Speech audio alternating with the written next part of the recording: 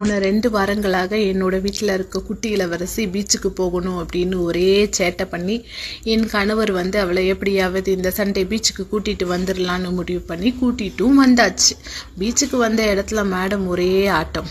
இப்போது அவள் ஆட்டம் போடுறத பார்த்து எனக்கும் ஆட்டம் போடணும்னு ஒரு ஆசை வந்தாலுமே வயசாயிடுச்சே இனி நம்ம எங்கே ஆட்டம் போடுறது அப்படின்னு நினச்சி மூளையாக உட்காந்து யோசித்ததில் எனக்கு பழைய கால ஃப்ளாஷ்பேக் எல்லாம் ஞாபகம் வந்துருச்சு.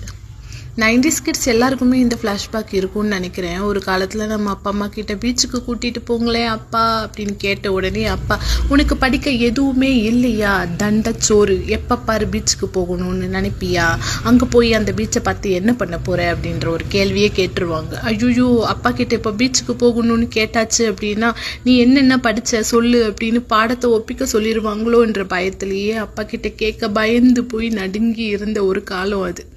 ஆனால் இப்போ இருக்க கிட்ஸுக்கு பார்த்தீங்கன்னா எல்லா வசதியும் இருக்குது, பீச்சுக்கும் போக முடியுது, ஸ்டடீஸ் தவிர பாட்டு கிளாஸ், டான்ஸு கிளாஸ்ன்னு நிறைய கோகரிக்குலர் ஆக்டிவிட்டீஸ் வேறு இருக்குது. அவங்களோட லைஃப்லாம் எப்படியோ இருக்குது.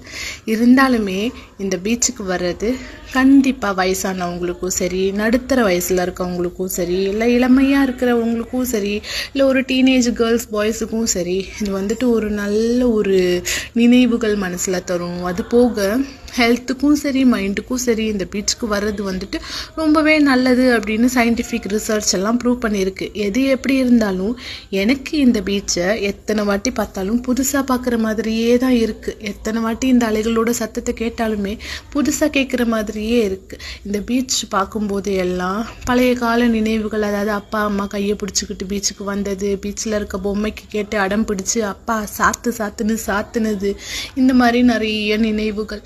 இப்போ எப்போ நினச்சாலும் பீச்சுக்கு வரலாம், என்ன வேணும்னாலும் நம்ம பீச்சில் வாங்கிக்கிடலாம். அப்படி இருந்தாலுமே நமக்கு மனசு எதையும் வாங்கவும் தோணலை, பீச்சுக்கு வரணுன்றதும் தோண மாட்டேங்குது.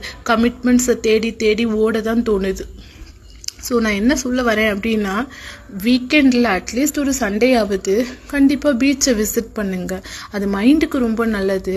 இப்போல்லாம் ரிசர்ச்லாம் நிறையா சொல்கிறாங்க, detoxification of mind is very much possible once you are visiting the beach in the weekend அப்படின்ட்டு.